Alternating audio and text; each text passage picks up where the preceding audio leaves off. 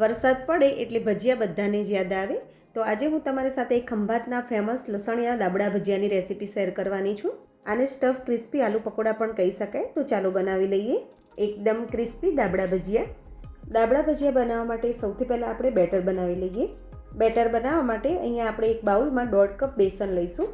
અહીંયા આપણે એકદમ ફાઇન બેસન આવે છે એ લઈશું. સાથે જ આપણે ચોખાનો લોટ લઈશું. એનાથી ભજીયા એકદમ ક્રિસ્પી બનશે. એ મેં અહીંયા 2 ટેબલસ્પૂન જેટલો લીધો છે. સાથે જ અહીંયા સ્વાદ મુજબ મીઠું ઉમેરી દઈશું.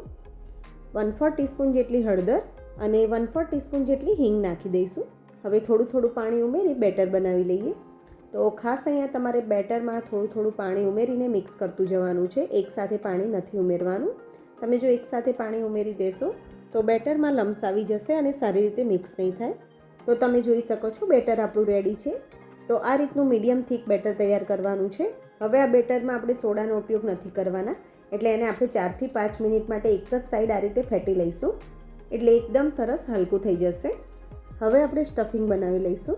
તો એક મિક્સર જારમાં 10 થી 12 જેટલી લસણની કળીઓ ઉમેરી દઈશું.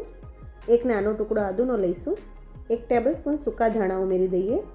1 ટેબલસ્પૂન તલ તમારે વધારે લેવા હોય તો લઈ શકો છો. 1 ટેબલસ્પૂન વરિયાળી, 1/4 ટીસ્પૂન હળદર લઈશું. 2 ટેબલસ્પૂન જેટલું ધાણા જીરું લઈશું. અડધી ટીસ્પૂન ગરમ મસાલો, 2 ટેબલસ્પૂન કાશ્મીરી લાલ મરચું લઈશું. 1/4 ટીસ્પૂન મરી પાવડર લઈશું. તમે આખા મરીના દાણા લઈ શકો છો. સાથે 1 ટીસ્પૂન જેટલું મીઠું ઉમેરી દઈશું. હવે અડધો કપ ગાંઠિયા, સેવ કે પાપડી જે પણ તમારી પાસે હોય એ લેવાનું. જો એ ના હોય તો તમે 1/4 કપ શેકેલો ચણાનો લોટ લઈ શકો છો. હવે આ બધી વસ્તુને મિક્સર ઓન ઓફ કરી આવું કરકરું વાટી લઈશું.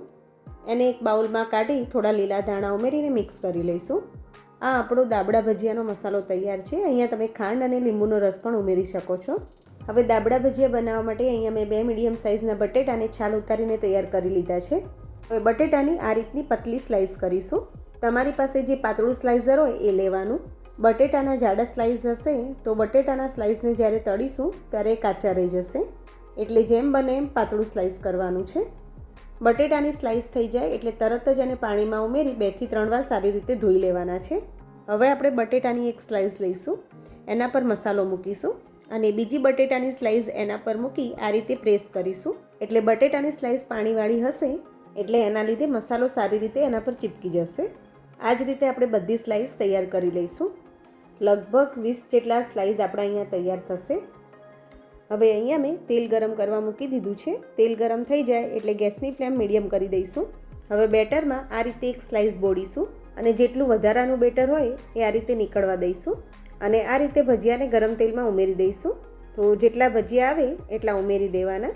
તો આ જ રીતે થોડી વારમાં ભજીયા ઉપર આવી જશે એટલે આપણે એની સાઈડ ચેન્જ કરીશું. તો જેમ પૂરી ફૂલે એમ ભજીયા ફૂલી જશે. તો એકદમ ક્રિસ્પી અને હલકો ગોલ્ડન કલર આવે ત્યાં સુધી ભજીયાને થવા દઈશું. પછી એને કાઢી લઈશું. તો ફૂલેલા પરફેક્ટ એવા આપણા ભજીયા તળાઈને રેડી થઈ ગયા છે. અંદરથી એકદમ ચટપટા અને બહારથી એકદમ ક્રિસ્પી બનશે. આ ભજીયાને મેં ગ્રીન ચટણી, મરચાં અને ડુંગળી સાથે સર્વ કર્યા છે. તમે આને કઢી સાથે પણ સર્વ કરી શકો છો. તો વરસાદમાં ખાવાની મજા પડે એવા દાબડા ભજીયા તમે એકવાર ચોક્કસથી ટ્રાય કરજો અને કોમેન્ટમાં જણાવજો કે તમને મારી રેસીપી કેવી લાગી.